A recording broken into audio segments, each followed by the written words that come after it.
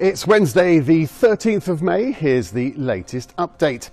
His Highness Sheikh Mohammed bin Zayed Al Nahyan, President of the UAE, ruler of Abu Dhabi and Supreme Commander of the UAE Armed Forces, has received a phone call from the United States President Donald Trump. The call was to review the latest developments in the Middle East region and to discuss aspects of their strategic cooperation.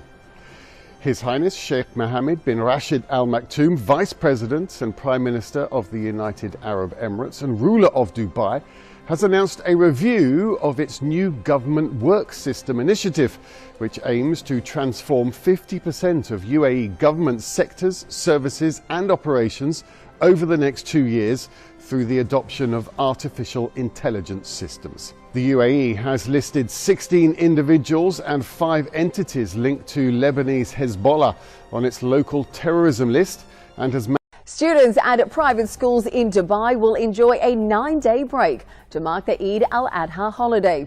The KHDA announced today that schools will close from Monday, May the 25th, with classes resuming on Monday, June the 1st.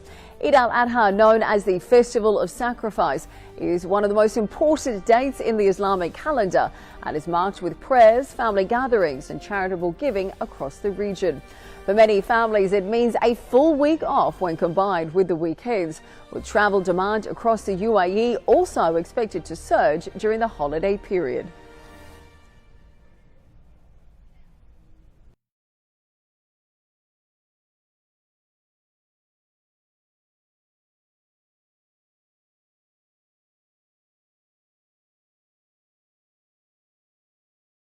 Every single day that the Strait of Hormuz is closed is perfect marketing for the Chinese because it just displays American failings. Regional leaders have also said to me that Donald Trump is not desperate for a deal. He could actually escalate this war once again, and that the global economy, for everything that we have said, has not taken the beating that everyone has thought it would. Where do the Chinese fit into all of this?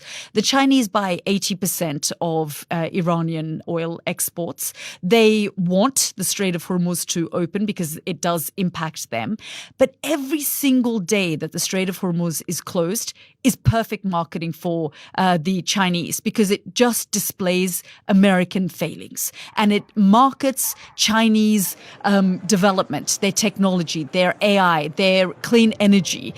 All of these things that China is trying to build itself as a global superpower that rivals the How are some companies making billions of dollars from the US and Israel's war in Iran, even as the disruption it has caused spells chaos for consumers? While the conflict pushes up the price of gasoline and groceries, it has also boosted the bottom line of some of the world's biggest companies. The likes of BP and Shell, as well as lenders from JP Morgan to Goldman Sachs, have all reported bumper profits, lifted in part by the war. The oil companies have made major profits due to the chaos in global energy markets caused by the war, while the banks have made more money from a surge in trading activity among nervy investors or those trying to profit on the carnage. The sharp increase in investors buying and selling stocks and other assets after the war began meant much higher earnings for the world's biggest banks. The so-called Big Six banks in the US reported $47.7 billion of profits in the first 3 months of 2026. The conflict has also led to a surge in demand for renewable energy technology, such as solar panels, as households and companies seek shelter from the wild swings in fossil fuel prices. The bumper earnings, at a time when most are struggling with the rising cost of living, have led to... This isn't the China trip President Trump wanted.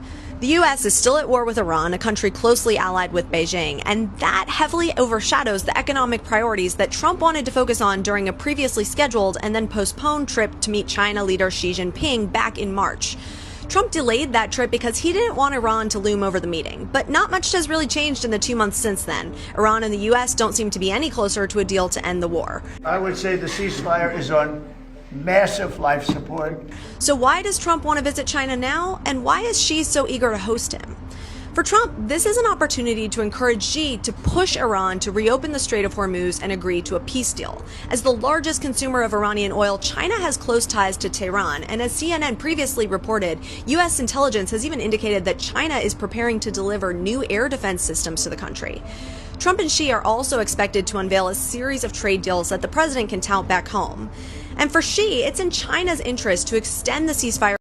And Americans are in more debt than ever before. A new report shows U.S. household debt hit an all-time high in the first 3 months of the year.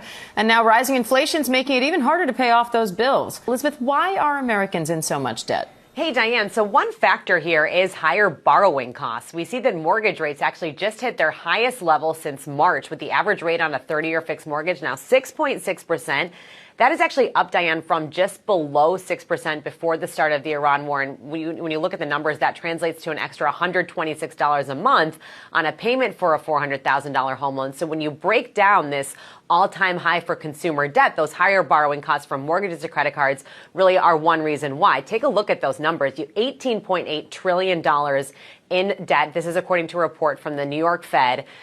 13 trillion of that is from mortgage balances. And then you've got about 1.7 trillion in both auto and student loans, 1.3 trillion in credit card debt. This is going to be a very exciting trip. A lot of good things are going to happen. But this is not the visit the president had initially planned. He had hoped to arrive in China victorious over Iran, with momentum to seal deals on trade and technology. Instead, the standstill in the war taking center stage. Trump insists he doesn't need Chinese President Xi's help to end the conflict, but says they will discuss it. We're going to have a long talk about it. I think he's been relatively good, to be honest with you. China is one of Iran's closest allies, buying more Iranian oil than any other country. Trump expected to urge Xi to pressure Tehran to make a deal and reopen the Strait of Hormuz. With the war now in its 11th week, this morning there are new questions about whether the White House is overstating the damage done to Iran's missile capabilities. The New York Times reporting Iran still has retained roughly 70% of its pre-war missile stockpile and has restored operational action. The United States and China are no longer racing for land. They are racing for intelligence. Artificial intelligence. And that may become one of the biggest issues at the Trump-Xi summit in Beijing. Because in 2026, power is no longer just about missiles or tanks or aircraft carriers. Now it is about chips, data, algorithms, and cyber warfare. Think about it. The country that controls AI could control the future economy, future warfare, even future propaganda. That is why America is trying to block China's access to advanced AI chips, especially the powerful semiconductors used to train AI models. Washington says it is about national security. China says it is containment. And Beijing is furious because China wants to become the world's AI superpower by 2030. Meanwhile, America wants to stay ahead at any cost. This is why companies like Nvidia suddenly matter in geopolitics, why Taiwan became